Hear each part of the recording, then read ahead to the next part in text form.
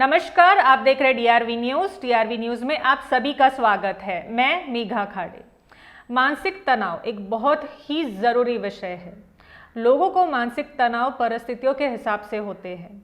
जैसे एक छात्र को पढ़ाई का तनाव होता है, उसे एग्जाम्स में अच्छे मार्क्स से पास होना उसके लिए वो मानसिक तनाव है। उसी तरीके से पढ़ाई के बाद एक अच्छी जॉब मिलके कमाई करना एक मानसिक तनाव होता है। वैसे ही बिजनेसमैन को भी कमाई का मानसिक तनाव होता है। लेकिन ये सारे तनाव परिस्थितियों को लेकर होते हैं। लेकिन किसी को जानबूझ के मानसिक तनाव देना कहाँ तक सही है? ऐसे ही एक मामला सामने आया है मुंबई के सरकारी अस्पताल के केईएम अस्पताल का जो जीएस कॉलेज है, वहाँ पे एक दलित छात्र 24 साल के एक दलित छात्र के साथ रैगिंग की है और उसके ऊपर जातीय टिप्पणियां भी की हैं। आइए जानते हैं इससे जुड़ी आगे की जानकारी क्या है। मुंबई के सबसे बड़े सरकारी केईएम अस्पताल के जीएस मेडिकल कॉलेज में 24 साल के एक दलित छात्र संग रैगिंग और जातीय टिप्पणियों का मामला सामने आया है। पुलिस ने मामले को गंभीरता से लेते हुए छात्र की शिकायत पर 17 छात्र और 2 हॉस्टल वार्डन के खिलाफ एफआईआर दर्ज की गई है। 14 जनवरी को केस दर्ज होने के बाद भी किसी की गिरफ्तारी नहीं होने से दलित संगठन नाराज है। इसी कड़ी में मंगलवार को जाति अंत संघर्ष समिति और दलित पैंथर सुवर्ण महोत्सव समिति ने केईएम अस्पताल के सामने मौन आंदोलन किया। यह प्रोटेस्ट बुधवार को भी जारी रहेगा। महाराष्ट्र के हिंगोली के रहने वाले छात्र सुगत भारत पड़घान का आरोप है कि पिछले 3 सालों से उसके रूममेट और अन्य छात्र उसे लगातार परेशान कर रहे हैं। कई मौकों पर उनकी बातें न सुनने पर उसे मारने की कोशिश भी की गई है। आरोप है कि हॉस्टल के 2 वार्डन और डीन से इसकी शिकायत के बाद भी आरोपी छात्रों पर कोई कार्रवाई नहीं हुई है। अपनी कंप्लेंट में सुगत ने कहा कि कई बार मांग करने के बाद भी उन्हें बेड उपलब्ध नहीं कराया गया, जिस वजह से उसे नीचे जमीन पर सोना पड़ा। लेकिन कई बार आपत्ति जताने पर भी अन्य रूममेट अपने जूते और चप्पल उसके बिस्तर के पास रखते थे। उसे अन्य छात्रों की तरह हॉस्टल गैलरी में कपड़े सुखाने पर वार्डन डांट लगाते। इसके अलावा उसे बर्तन और टिफिन धोने के लिए जबरदस्ती की जाती थी। मना करने पर उसे एक रूममेट ने 8वें मंजिल से नीचे फेंकने की धमकी भी दी। उसे अपमानित करने के लिए जाति सूचक गालियां दी, जाति और चिंदी कहकर चिढ़ाया जाता रहा।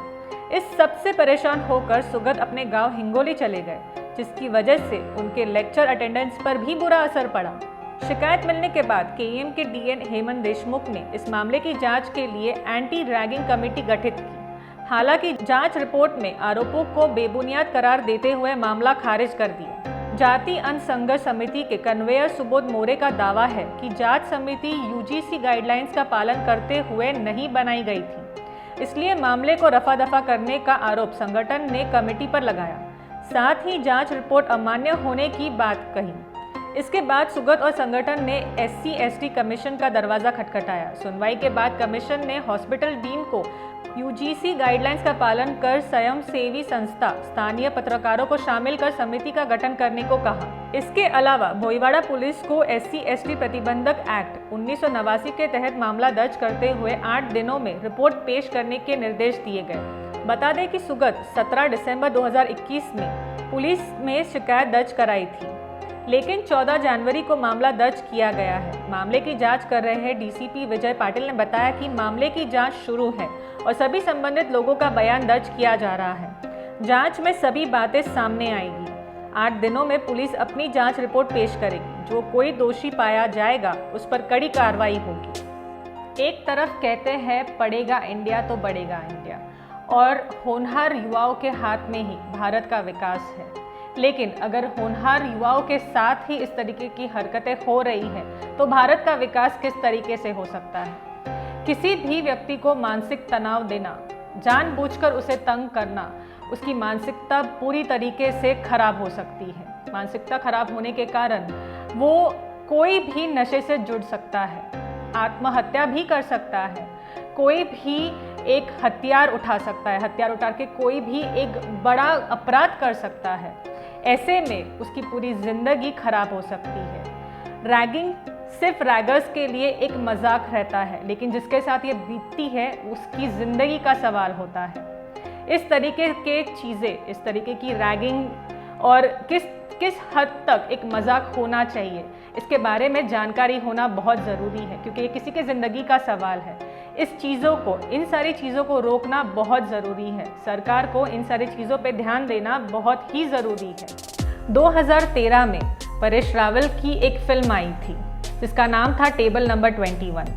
ये मूवी रैगिंग पर ही आधारित थी, जहाँ पे बताया गया था कि परेश रावल का बेटा कॉलेज में पढ़ता था और जो एक्टर और एक्ट्रेसेस थे जिन्होंने किरदार निभाया है, उन्होंने मजाक में उसके साथ रैगिंग की थी। इस तरीके से रैगिंग की थी कि उस व्यक्ति की पूरी तरीके से ज़िंदगी खराब हो गई। मानसिक तनाव के कारण वो अपनी मानसिकता खो चुका था और उसकी पूरी ज़िंदगी खराब हो गई थी। इसी का सबक सिखाने के लिए परेश रावल ने एक्टर और एक्ट्रेस के साथ कुछ ऐसा गेम खेला कि अंत तक वो इतने मानसिक तनाव से तंग हो गए थे कि अपनी जान देने के लिए भी राजी हो गए थे।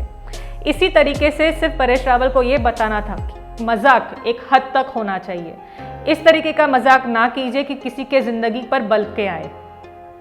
DRV न्यूज़ में बस अभी के लिए इतना ही। ये वीडियो आपको कैसा लगा कमेंट में बताइए। DRV न्यूज़ चैनल को सब्सक्राइब कीजिए, इसे लाइक और शेयर करना बिल्कुल ना भूलिए। मुझे और मेरी पूरी टीम को दीजिए इजाज़त। धन्यवाद।